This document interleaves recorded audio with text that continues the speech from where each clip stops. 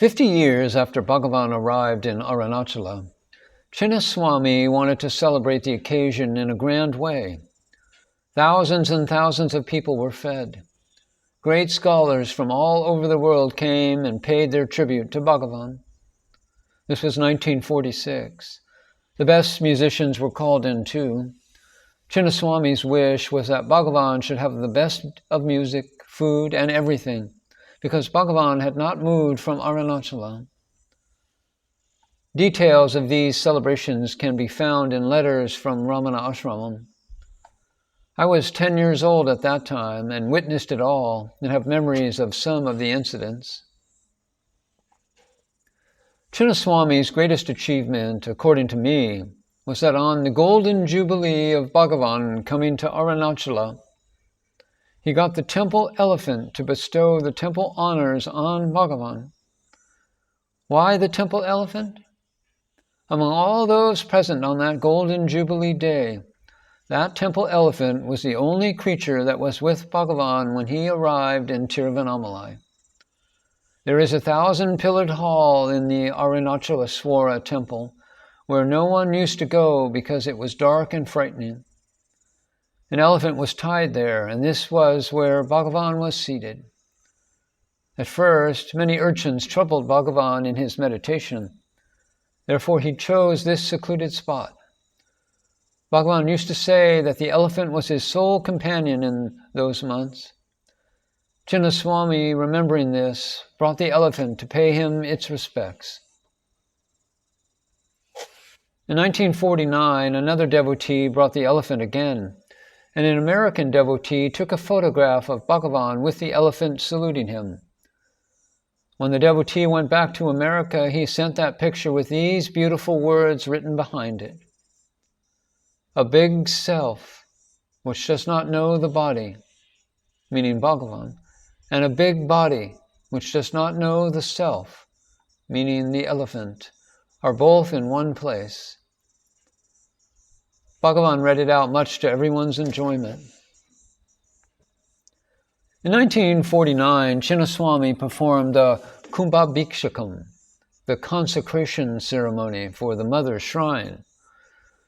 Though Bhagavan had no liking or aversion to ceremonies, he actively took part on the request of his devotees. This ceremony went on over 4 days and was beautifully organized. Thousands of people were fed, and after its completion, Chinna Swami distributed gifts to all those who had worked for the success of the celebration. One group of people who used to adore Chinna Swami brought him to Bhagavan's presence and placed a chair for him in front of Bhagavan. As Hindu admirers are emotionally wont to do, they wanted to wash his feet and adorn them with flowers. When Chinna Swami saw this, he refused to sit on the chair. He cried angrily, "This pada puja can only be done for one who is not aware of the body. I am not fit for this. I still have body consciousness." He pointed towards Bhagavan and said, "Here is Bhagavan. He is the greatest. No one here deserves any credit except our master, Bhagavan." There are some interactions between Bhagavan and Chinna Swami which throw better light on their close relationship. Once, Bhagavan's birthday was to be celebrated, and on the day before the celebration, the residents realized that there were no provisions in the store. Hundreds of people had already arrived, and Chinna Swami was unnerved. He did not know what to do. There was no money and no time. He began to panic and ran from pillar to post. Bhagavan was in the hall with his devotees.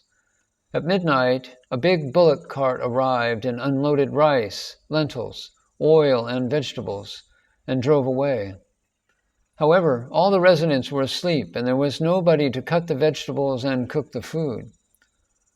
Bhagavan understood this, and with his wooden staff, gently prodded all the sleeping residents awake, saying, "Chinna Swami is struggling there like a cat that has put its mouth into boiling milk. Let us help cut the vegetables." Bhagavan and the others cut the vegetables and cooked meals for the next day. Needless to say, Bhagavan's birthday celebration went off beautifully. There is some controversy surrounding Paul Brunton, Munagala Venkateramaya, and Chinna Swami, which I would like to clear. It is recorded that Chinna Swami rudely stopped Paul Brunton from recording conversations in the hall. He is said to have done the same thing to Munagala Venkateramaya, who recorded the talks which are now compiled in Talks with Sri Ramana Maharshi, a must-read for all devotees. It is true that Paul Brunton was stopped by Chinna Swami. This was because Brunton had started taking notes in Bhagavan's presence and was selling them without even mentioning Bhagavan's name. He even made statements that Bhagavan was popular because of his book.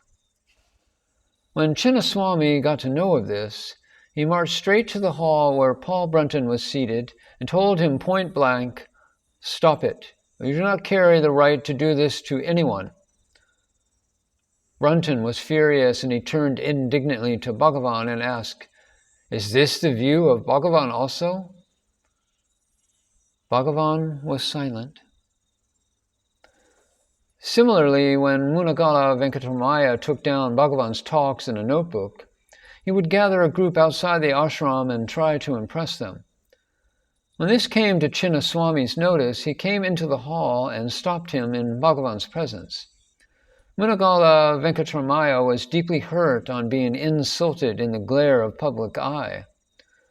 Later, when Munagala was with Bhagavan, still feeling slighted, Bhagavan said, "The greatest form of ego for an individual is to present himself as a teacher and become a guru." Understanding that this message was for him, Munagala immediately prostrated before Bhagavan and begged him for his forgiveness. Bhagavan saved him, and Munagala himself later said, "When a true seeker becomes a teacher, the first casualty is his own advancement in sadhana."